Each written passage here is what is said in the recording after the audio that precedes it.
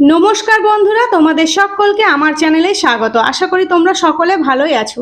আবারও চলে এসেছি আরও একটা অসাধারণ মুখরোচক খাবার নিয়ে তোমাদের কাছে। কিভাবে তৈরি করছি পুরো ভিডিওটা তোমরা দেখো। এখানে নিয়ে নিয়েছি একটা গোটা পেঁপে। পেঁপেটা কিন্তু একদম টাটকা, খুব ভালো করে আমি ধুয়ে নিচ্ছি। পেঁপের বোটার দিকটা কেটে ফেলে মাঝ বরাবর 4 ফালট করে পেঁপেটা আমি কেটে নেব। পেঁপেটা কিন্তু লম্বা লম্বা করে কেটে নিলেই ভালো হয়। এবার আমি মাঝ বরাবর আরও একবার ফালা দিয়ে নেব। এইভাবে ফালা করে কেটে নিয়ে খোসাটা খুব ভালো করে ছিলে নেব। পেঁপের খোসা কিন্তু একটু পুরু করে ছিলাই ভালো। যদি পেঁপের খোসা হালকা লেগে থাকে তাহলে পেঁপেটা কিন্তু একটু তিতো লাগার সম্ভাবনা থাকে। তার জন্য আমি পরিষ্কার করে পেঁপেটাকে ছিলে নিচ্ছি, যাতে একটুও খোসা লেগে না থাকে। ঠিক এইভাবে 4 ফালট করে কেটে নিয়ে ছিলে নিতে হবে। এবার আমি মাঝখানে যে শাঁসগুলো আছে একটা চামচের সাহায্যে খুব ভালো করে সেগুলো পরিষ্কার করে নিচ্ছি। এগুলোও কিন্তু খুব ভালো করে পরিষ্কার করে নিতে হবে, ঠিক আমি যেরকম করছি সেইভাবেই। এখানে আমি চামচের সাহায্যে করেছি, তোমরা বটির সাহায্যে করে নিলেও করে নিতে পারো। এবার খুব ভালো করে এটা ধুয়ে নেব। খুব ভালো করে এটা আমি ধুয়ে নিয়েছি জলে ভিজিয়ে। এবার একটা স্লাইডারের সাহায্যে এটা আমি কেটে নেব। এইভাবে স্লাইডার দিয়ে ঘষে নিলে মিহি মিহি একদম ঘষা হবে, খুব সুন্দর হয়। পুরো পেঁপেটা কিন্তু আমার কেটে নেওয়া হয়ে গেছে। স্লাইডারের সাহায্যে কেটে নিয়েছি বলে এত সুন্দর মিহি মিহি কাটা হয়েছে।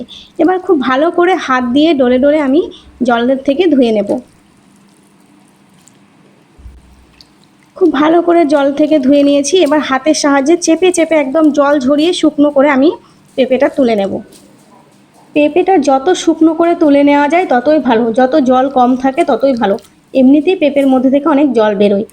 সমস্ত পেঁপেগুলো খুব ভালো করে চেপে চেপে জল ঝরিয়ে আমি তুলে নিয়েছি।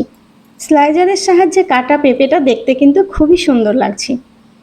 সমস্ত পেঁপে আমার কেটে ধুয়ে একদম জল ঝরিয়ে নেওয়া হয়ে গেছে।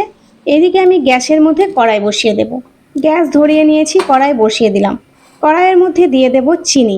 এখানে আমি 250 থেকে 300 গ্রাম মতন চিনি নিয়ে নিয়েছি।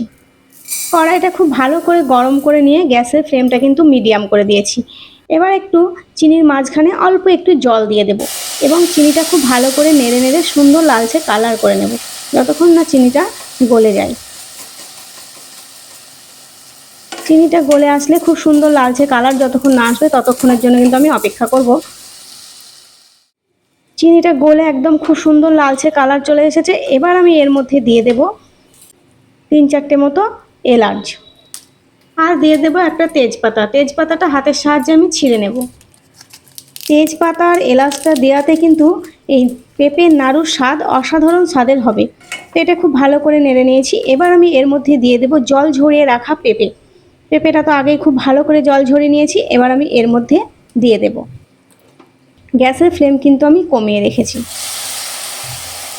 পেঁপেটা দিয়ে দিয়েছি। এবার গ্যাসের ফ্লেমটা সামান্য একটু বাড়িয়ে দিয়ে খুব ভালো করে নেড়ে নেব,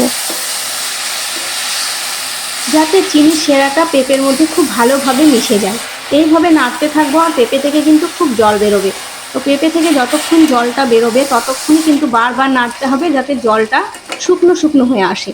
এটা আমি ততক্ষণই নাড়াচাড়া করব যতক্ষণ না শুকনো হয়ে আসে। একদম পেঁপে থেকে জল বেরিয়ে গেছে অনেক, আর খুব সুন্দর কালারও হয়ে আসছে। তো যত জল শুকনো হবে ততই সুন্দর কিন্তু কালার হবে। তো এইভাবে এটা নাড়তে থাকতে হবে। খুব ভালো করে নেড়ে চেড়ে একদম শুকনো শুকনো করে নিতে হবে। বেশ অনেকটাই শুকনো হয়ে এসেছে, আরও একটু শুকনো করে নিতে হবে। এবার আমি এর মধ্যে দিয়ে দেব কাজু। কাজুগুলো কিন্তু আমি আগে 2 টুকরো 3 টুকরো করে ভেঙে রেখেছি। এইভাবে আধ ভাঙা করে নিয়ে কাজুটা দিয়ে দিতে হবে, যাতে কাজুর মধ্যে খুব ভালো মতো মিষ্টিটা ঢুকে যায়। তাহলে কাজুটাও কিন্তু বেশ মিষ্টি মিষ্টি হবে। এবার আমি এর মধ্যে দিয়ে দেব 1 চামচ মতো ঘি। ঘি দিলে কিন্তু এর টেস্টটা আরও দ্বিগুণ বেড়ে যাবে। এখানে আমি 1 চামচ মতো ঘি দিলাম। ঘিটা দেওয়ার পরেও কিন্তু আমি 2-3 মিনিট ধরে খুব ভালো করে নেড়ে নেব। পেঁপের নাড়ু তৈরি করার জন্য এটা কিন্তু পুরোপুরি তৈরি হয়ে গেছে। এবার আমি এটা নামিয়ে নেব।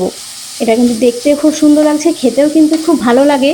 তাই খুব সহজেই কিন্তু নারকেল ছাড়াই নাড়ু তৈরি করে নেওয়া যায়। তো এইভাবে অবশ্যই একবার নারকেল ছাড়া নাড়ু তৈরি করে দেখবে, খেতে কিন্তু খুবই ভালো লাগে। এটা কিন্তু একদমই শুকনো হয়ে গেছে, একদম ঝরঝরে হয়ে গেছে। এবার আমি ঢেলে নিচ্ছি। দারুণ লাগছে দেখতে কিন্তু। তো যারা এইভাবে পেঁপের নাড়ু খেয়েছো তারা অবশ্যই আমাকে বলবে খেতে কেমন লাগে, আর যারা খাওনি তারা অবশ্যই বাড়িতে তৈরি করে দেখবে।